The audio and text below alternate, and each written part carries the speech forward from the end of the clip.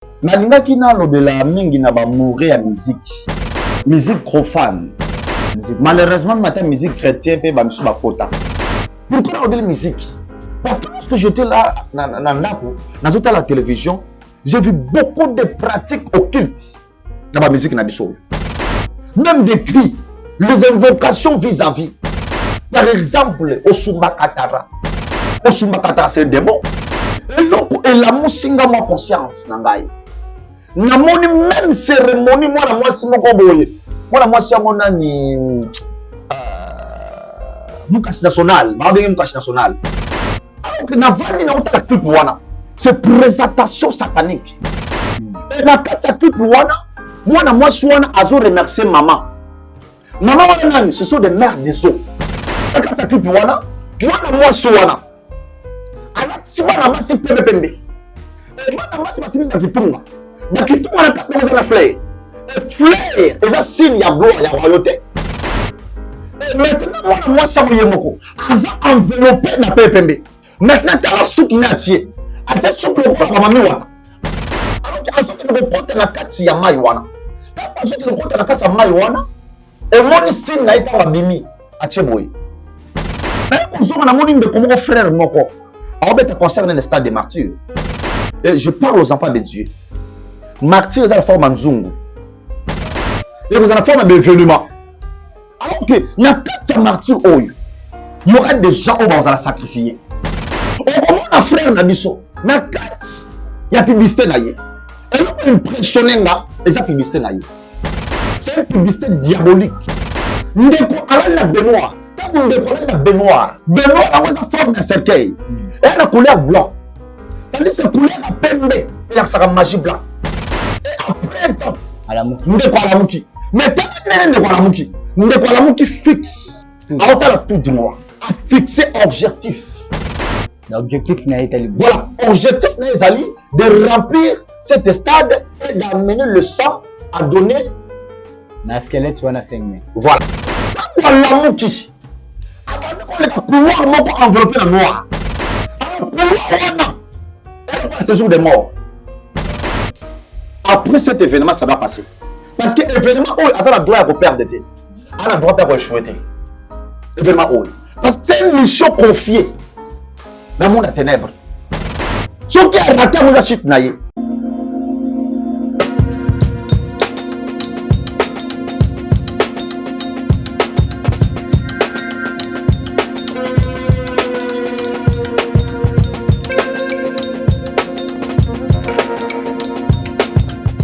Mesdames et messieurs, bonjour, bonsoir, ça dépend à l'heure que vous nous suivez partout dans le monde. Merci à vous tous, vous nous suivez partout. Vous êtes en Chypre, aux États-Unis, Canada, Angola, ici à la République démocratique du Congo, ici à Kinshasa, qui est la capitale de la République démocratique du Congo. Vous êtes à l'est du pays, Goma, Butembo, Beni, vous êtes au nord-est, province orientale, au centre, vous êtes au Kananga, Kasai, vous êtes au Katanga, partout.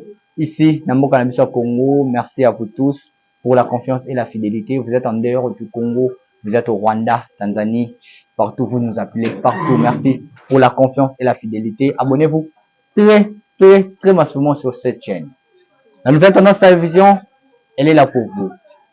Une chaîne idéale, une chaîne professionnelle. Alors, nous aussi les professionnels, on essaie de faire mieux ce boulot. Merci à vous tous, merci à tous mes partenaires. Je salue Daniela Mokoko, Daniela ainsi que la Fondation Moncel, mon cœur pour les enfants ou des personnes démunies. Merci comme ça, Kalo Boutique, Pumba, Yaswag, vous voulez vous habiller bien, Pumba Swag est là. Merci comme ça aussi à Jessica Longonia, Jessica ainsi que la Fondation Action Rap. Soutenez les faibles parce que la Fondation Action Rap est là pour soutenir des personnes démunies. Alors, où se trouvent des personnes démunies, des personnes sans abri, ils ont l'abri, excusez-moi, mais des personnes démunies, des personnes qui ont besoin d'aide. C'est cet orphelinat. Cet orphelinat, c'est notre partenaire officiel de cette émission, la réponse à nos questions. Cet orphelinat, c'est la miséricorde. La miséricorde avec le prophète Adula.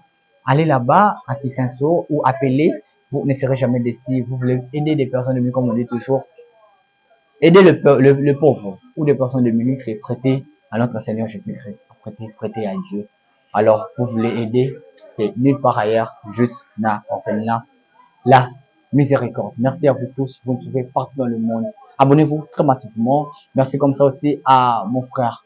C'est lui que j'appelle les snipers, mon Kobe Abba Sniper, les tueurs de légendes, les tueurs de lutte. Lui, que la veste demande pour la vie, c'est Aristote Kitamba Aristote.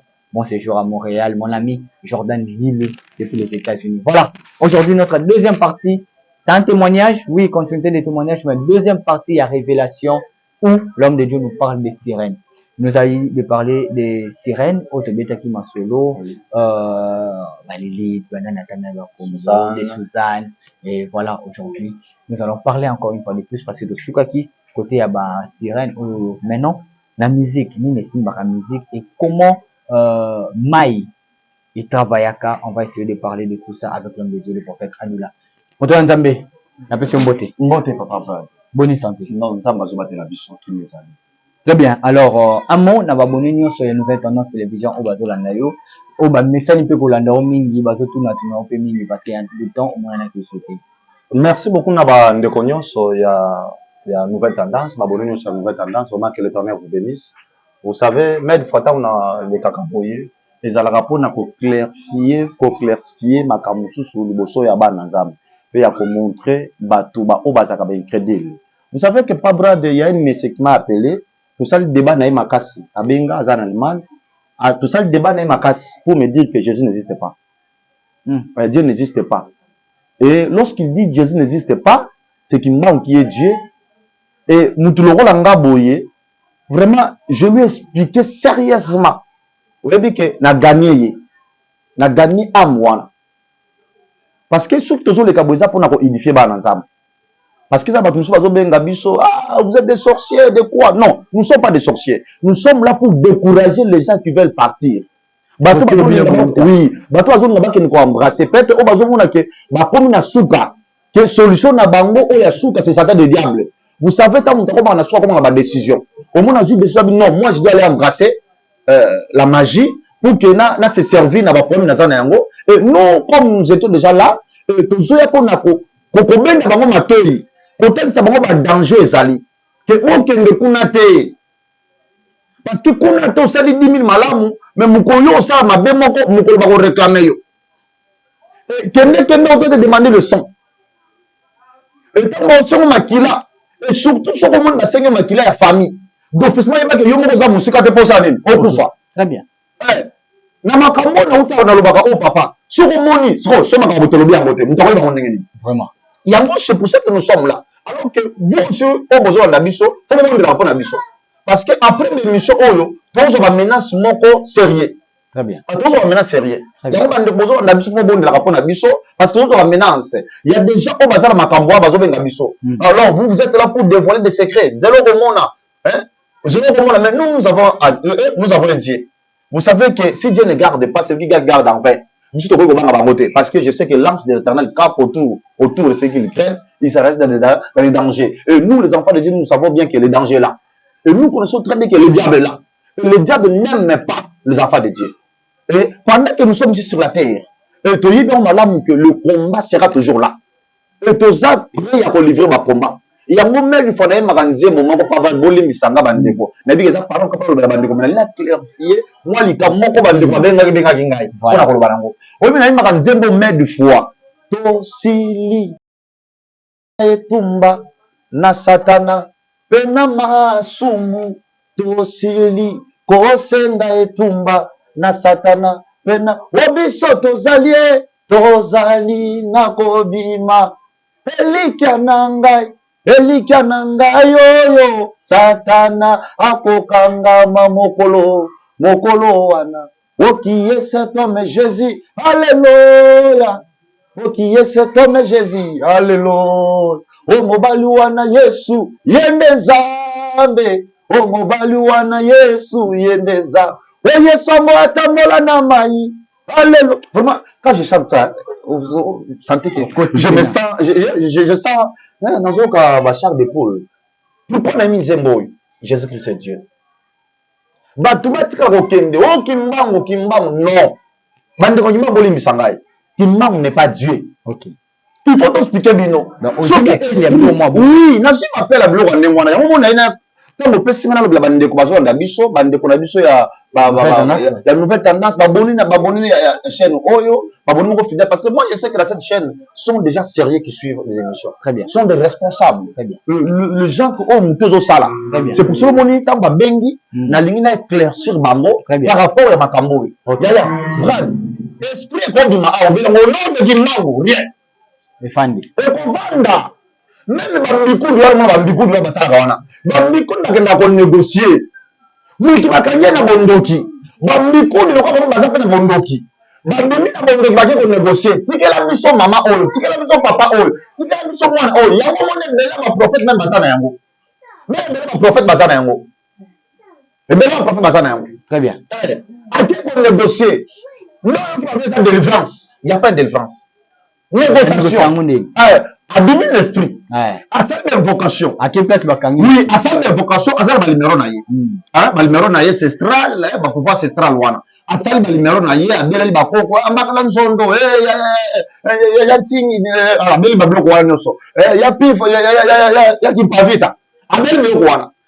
asobela biloko wana d'officement l'esprit ya impavita esali ekoti kati na ye bona mutumba moko asali voyage austral ake kosela na baesprit oyo ekangaki mutu wana bake konégocier na baesprit wana non tikela biso mutu omoni mutu aye na maboko na biso banganga mpe basalaka bongo mutu aye na maboko na biso parce que bato wana nyonso baza bato moko baoservi ka maître moko c'est satan le diable baokende bake konégocier non libere mpe biso mutu oyo omoni mutu aye na maboko na biso koyekisa biso soni te.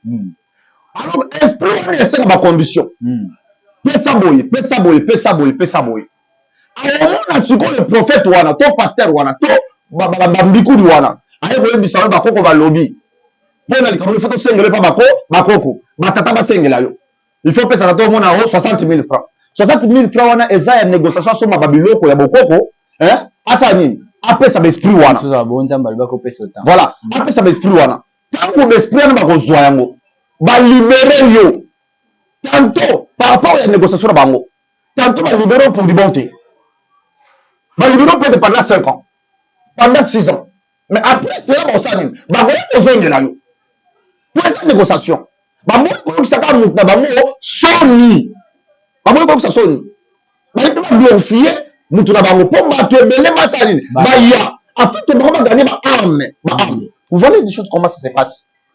Alors, biso towuta na bamonde wana tozwaki koclarifie bana na nzambe koclairi bango bazala clair bacomprendre que voilà ça se passe comme ça nde tozwa kodécourage bandeko mosusu baza na bapratique ya mabe bandeko mosusu bazonga kokende bapratique moko ya malamu te bazala décourage na yango oyo bazomonaka solution eza wana ke yesu aza nzambe te nakende koto mpo koto na kozwa non. Très bien. Voilà yango omoni na isi bandeko nyonso bandeko ntango tozoleka boye omoni ke bajournaliste bazweli kwa pabradi boye baye kwanda kolobisa biso makambo oyo eza makambo tokoki koloba yango na miso ya bato te mais soki tozoya koloba yango boye mpona kolamusa bana na nzambe kounifie bana na nzambe ya un pasteur oyo ayebisi nga bi prophète tu sais lorsque tu parlais ça et puis nga confiance nandimaka yesu aza na bomoi voyez abi esali nga nandimaka yesu aza na bomoi et rien n'est possible à Dieu. Dieu est capable ya kochanger ya kobongola ya kobenda yango mpe ezobimisa biso ke no mokolo asuka satana kosala nini akokangama. Très bien. Abi par rapport ya batémoignage oyo mais il y a d'autres personnes qui ne comprennent pas omoni abi non nous sommes pas toza esu wana te sont des choses passées mutu nyonso aka na histoire na ye oyoki ata bato lopoto baloba ke peuple sans histoire c'est un peuple ozomona peuple mort voilà sans histoire. Alors mutu na vie azaka na histoire na ye biso toza ba oyo tobiki makambo oyo nde nzambe asali biso ngolu mpe ezali makasi na nzoto te c'est ça makambo oyo biso oyo tosali tobikotisaki na makasi na nzoto tokoki kobima te. Très bien. mais na ngolu ya nzambe lokola nzambe ayebaki destiné na biso ayebaki destiné na biso ko tozokendele alors nzambe apermettre te todemere kuna tokufa place wana. Très bien. Alors nzambe arachete biso lokola il est riche en bonté aza nzambe oyo na nzambe miséricordieux nzambe atoka na mawa il a regardé il a vu que son intérêt auprès de nous amoni intérêt ne kati na biso boye il a vu que non cet homme intérêt na nga nzambe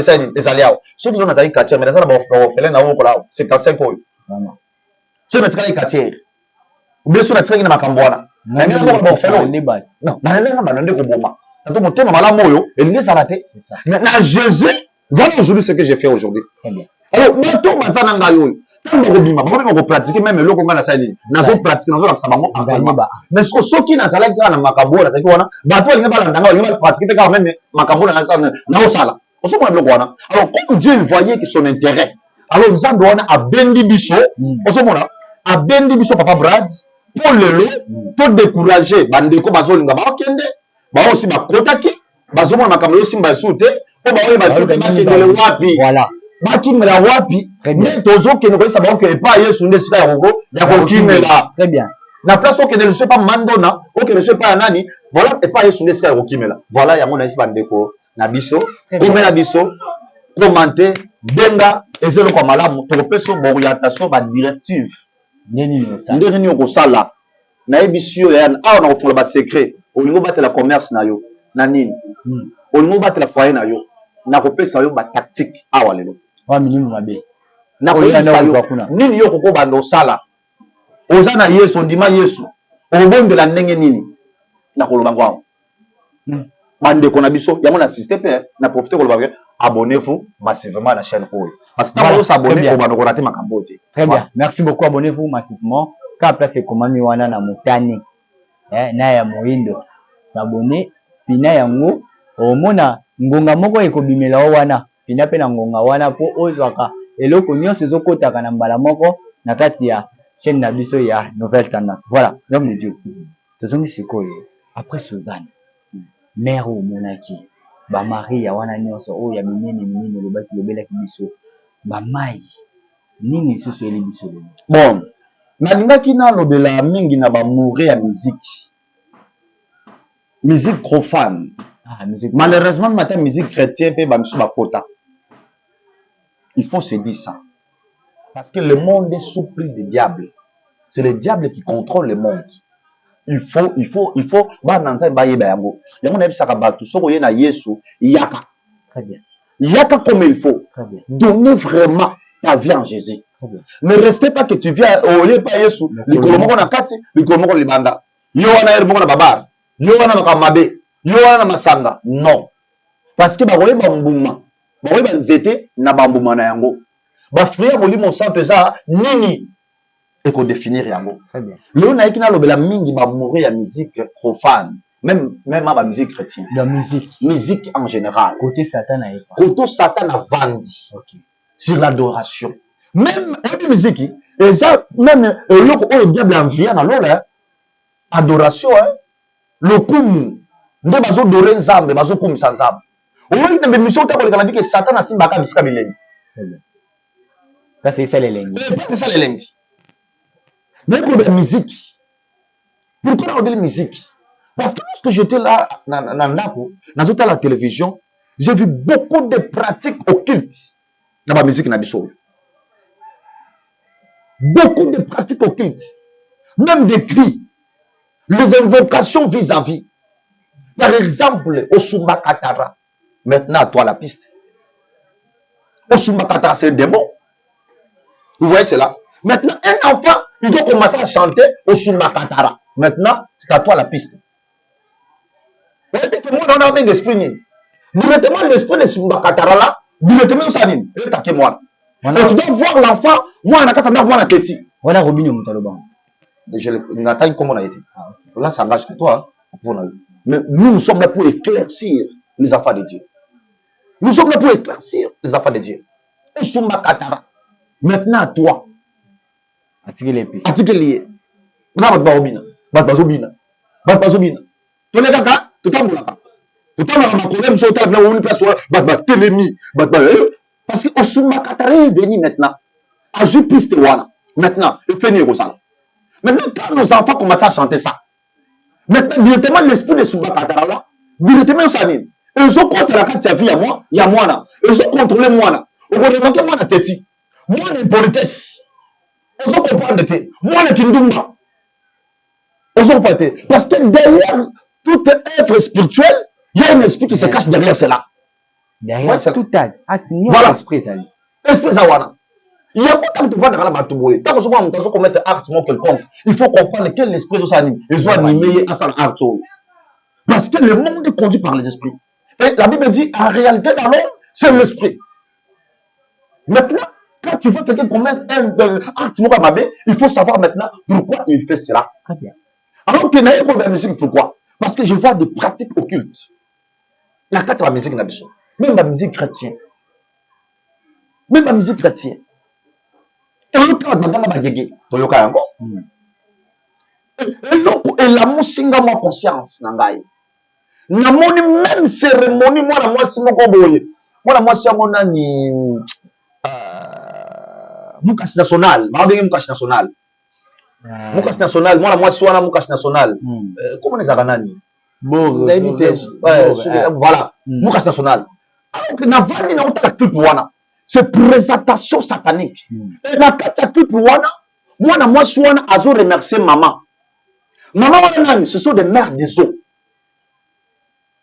Merci maman Nengo Salanga, merci maman Nengo Fulangai. Maman Boutaïté. Maman Boutaïté, ce sont des mères des eaux. Maintenant, pour Ala Kisayango, qui a remercié ma mère des eaux, ils ont aussi fait une réalisation extraordinaire. Des écartations. Et moi, la carte clip wana, moi suwana.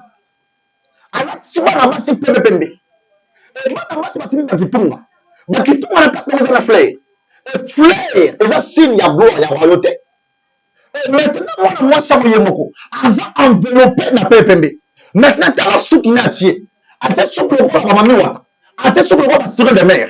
Alors que au moins, moko na ye. Manzake sani, ezo poussana. Ate manzaka melayi. Et na miso na ye sani, ezo ngenga. Maintenant, tu as alati bango ndengo wana. Azo na perpenya mai. Azo na kata mai wana shit. Ok. Mai wana shit. Maintenant, tu as perpenya mai, azo na se ya mai. Pour notre alliance, nous avons sirène oyo. Des eaux. Des eaux. Ma mère des eaux. Parce qu'il y a une différence entre des sirènes et des mères des eaux. Ma mère des eaux, c'est la sirène. Très bien. Vous comprenez? Ma mère des eaux, c'est la sirène. Alors que nous reportons la carte ya maïwana. Quand nous reportons la carte ya maïwana, et moi, ici, n'a été abimi à Tcheboy. Si on a Tcheboy, c'est-à-dire dans le deuxième monde, à accueilli. Bandimi. Yango ebi bozolo kwa kolukanga bokomona ngate naza Mukashi national mwasi ya mboka na lingala no Mukashi national mwasi ya mboka kadi nga naza mwasi ya mboka Mukashi international mwasi ya mokili mobimba alors mwasi ya mokili mobimba nani aza ba mère des eaux wana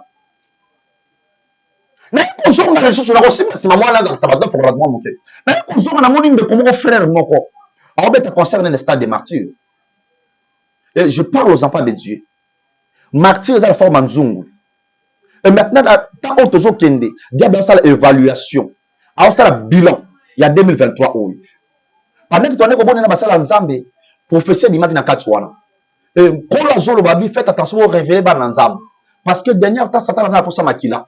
Tout le monde escalade à 5 mètres de terre. À Simbi, qui Kalebas. 5 mètres de terre. À Simbi Kalebas. Na kata Kalebas, on les a dit na Makila. Makila, on a azobo qu'on a pas venu. Avant ma presse. Pour la exhibition, il y a une forme d'accident. Il y a une forme d'événement.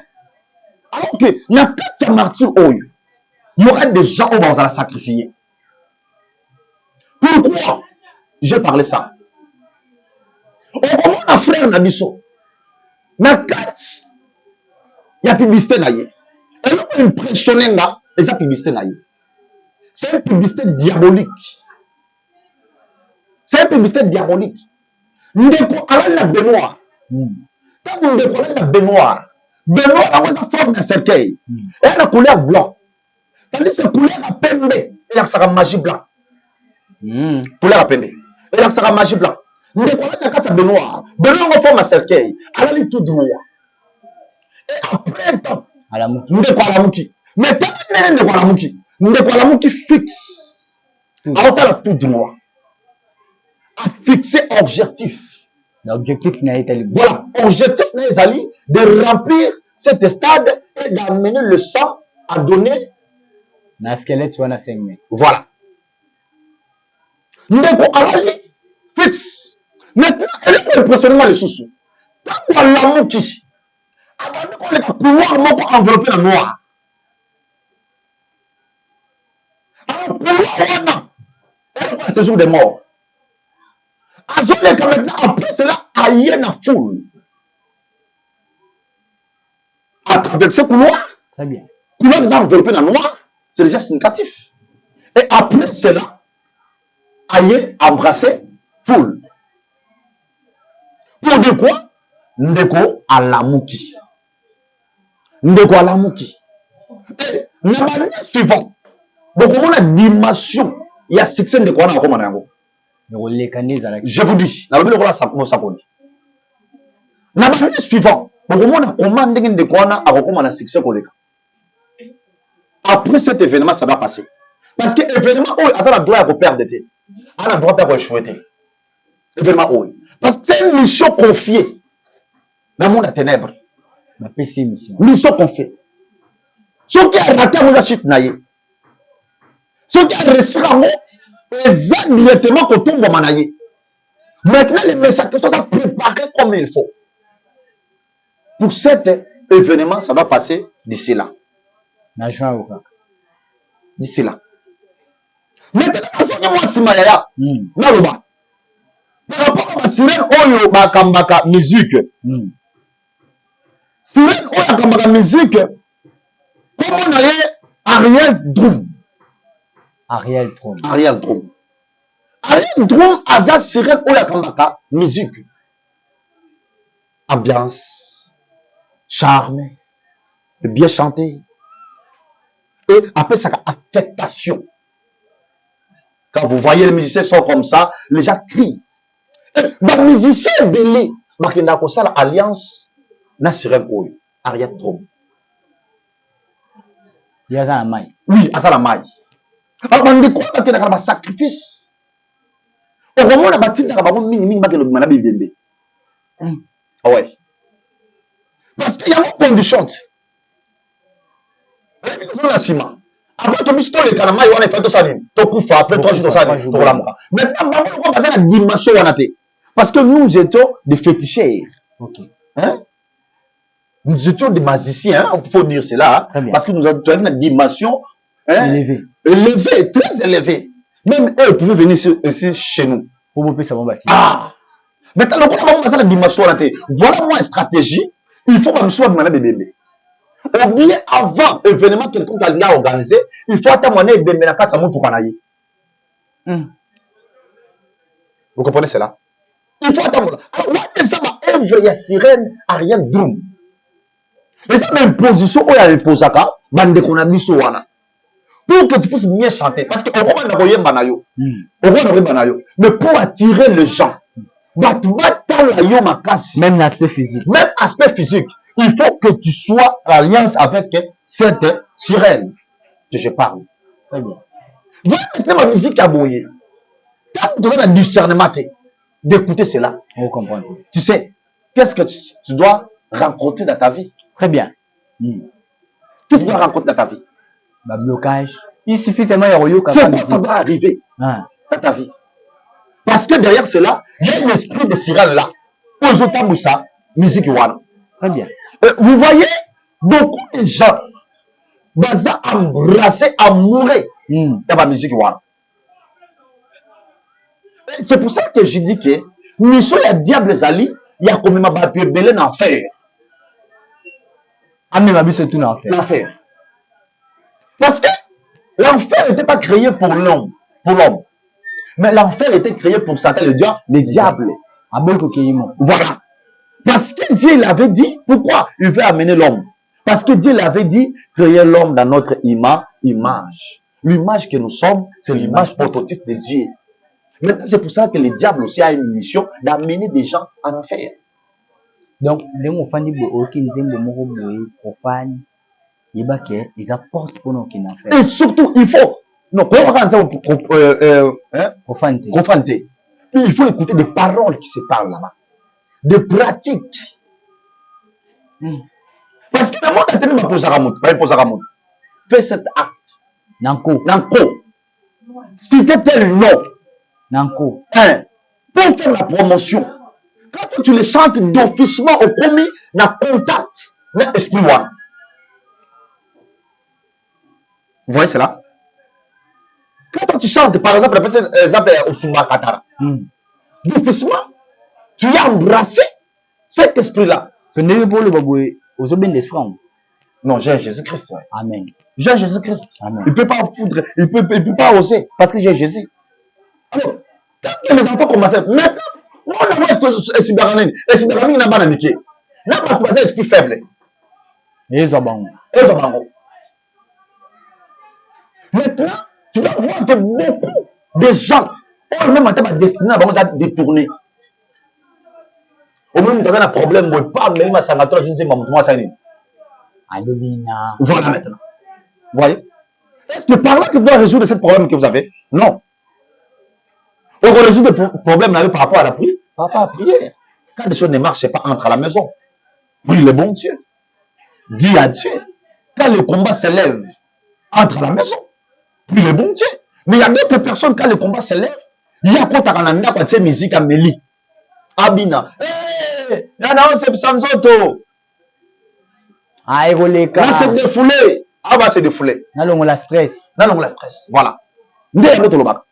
Donc, quand on les bateaux, on embrassé directement des esprits mauvais pour commencer à te contrôler davantage. Merci beaucoup, l'homme de Dieu, de nous expliquer. Tu as vu qu'il y a autre chose, on fait une série. Troisième partie dans le Sirène, le bin le les acquis Sirène, Ariel Trom, et puis Asumba Katara. Voilà.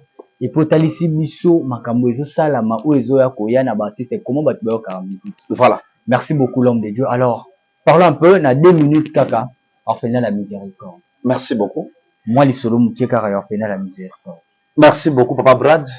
Na lancé un message, na ba déconnaissance bazo la orphelinat miséricorde des réel. Très bien. Batonsubaneko. Oh oui. Voilà. Orphelinat miséricorde, nous avons numéro 9, quartier 17 mai, référence église Kimangiste. L'homme que nous sommes. C'est-à-dire, discret aux amis, zomutu comme atete. Arrête ça. Au comme wana, ba moto zo bela d'état yo mata. Mais yo comme na d'état te. Tant zo comme na maison communale à Rétigère. Autour avenue Lukengo, ça 4e avenue. N'est-ce pas fait ça. Nous avons 75 enfants. Boyoki bolanda ki témoignage à moi na yuti koleka. Témoignage wana nanga moko na leli. Mission sotolela témoignage. Hein? Le monde bana ya bongo. Ça hein? Ça soutient mes miséricordes à Zui.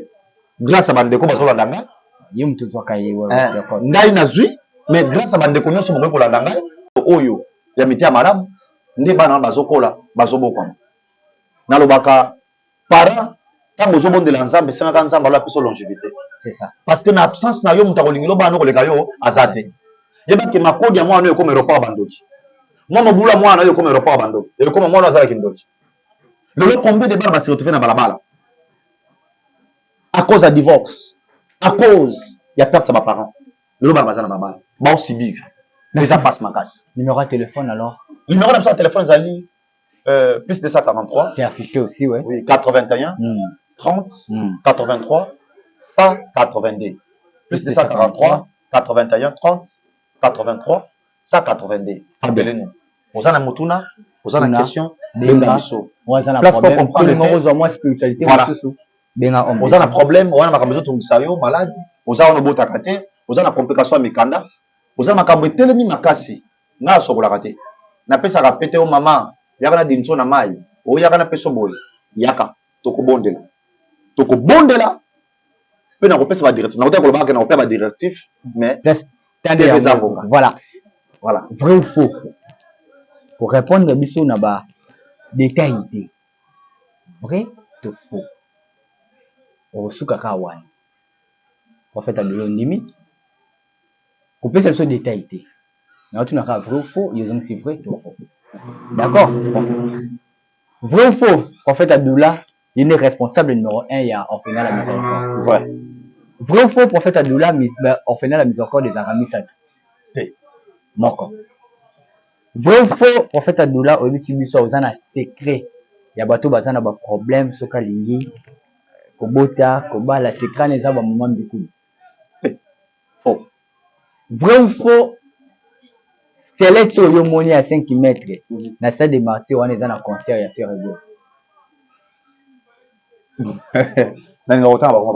vrai ou faux? Mon cage international les Rebochou. Voilà, ça est fini pour aujourd'hui. On se retrouve prochainement pour un nouveau numéro. Restez toujours connectés sur cette chaîne, N29 Télévision. Au revoir.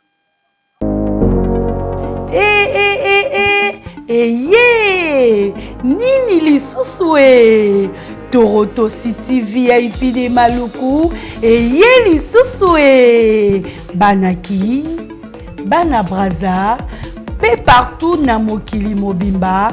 Toronto City VIP de Maluku na 5 minutes ya Grand Fleuve Congo.